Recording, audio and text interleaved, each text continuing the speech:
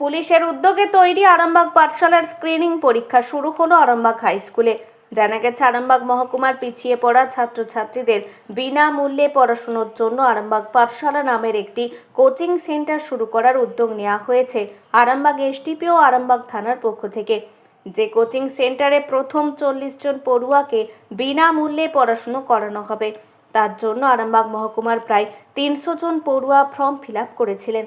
জানা গেছে, তাদের মধ্যে প্রায় 200 জনের বেশি ছাত্রছাত্রী আজ আরামবাগ হাই স্কুলে স্ক্রিনিং পরীক্ষায় বসেন।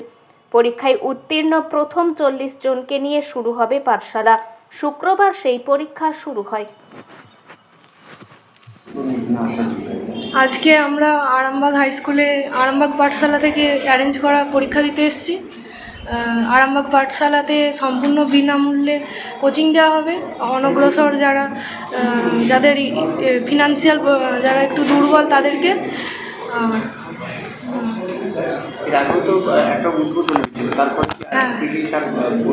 আজকে যারা পরীক্ষায় কোয়ালিফাইড হবে অনেকেই রেজিস্ট্রেশন করেছেন। যারা কোয়ালিফাইড হবে 40 জনকে নেওয়া হবে বেছে। সুকন্যা ঘোষ। আমার বাজুয়া গার্লস হাই স্কুল। আমি সেকেন্ড সেমে পড়ি, ফার্স্ট ইয়ারে, কালীপুর কলেজ।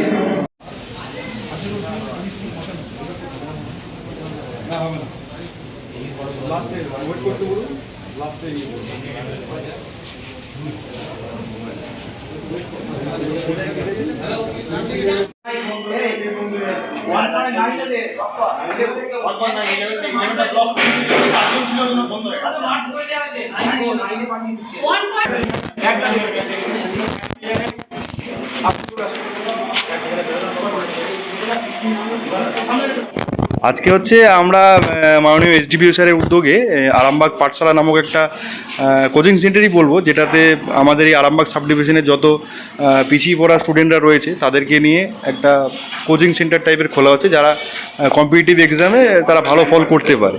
যেহেতু রুরাল এরিয়ায় ফার্স্ট জেনারেশন লার্নার অনেক জায়গায় আছে, তো তার জন্যই আমরা সিট ক্যাপাসিটি প্রথমেই 40 বা 50 এরকম রেখেছি।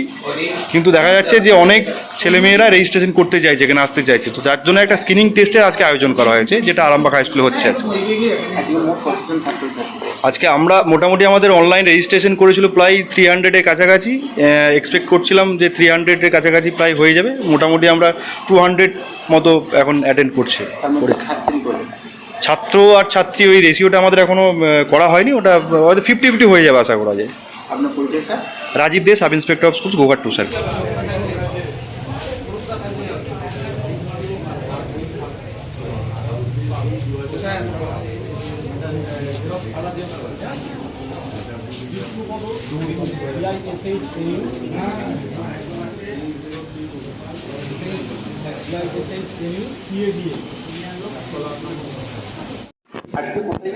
আমি এসেছি আরামবাগ বয়েজ স্কুলে। এখানে আমাদের আরামবাগ পাঠশালা থেকে একটি পরীক্ষা অ্যারেঞ্জ করা হয়েছে এখানে, এবং এই পরীক্ষাটা সম্পূর্ণ বিনামূল্যে একটি কোচিংয়ের জন্য করা হচ্ছে। এবং থ্যাংক ইউ এসডিপি স্যারকে এবং বাকি সবাইকে যারা এতে অ্যারেঞ্জ করেছেন। আমার নাম অনির্বাণ চক্রবর্তী। আরামবাগ হাই স্কুল থেকেই পড়েছি, এই স্কুল থেকেই। আমার এমএ চলছে।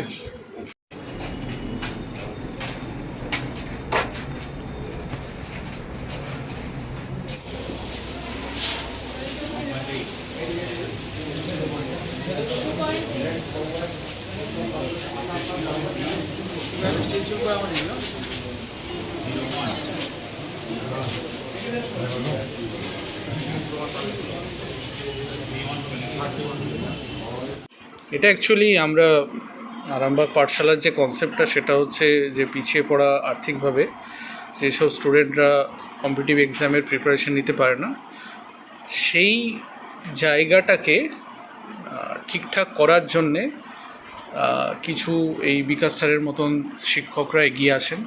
একটা নোবেল প্রচেষ্টা। আমাদের বিভিন্ন আরও শিক্ষক শিক্ষিকারা আছেন যারা এই ব্যাপারে উদ্যোগী হন।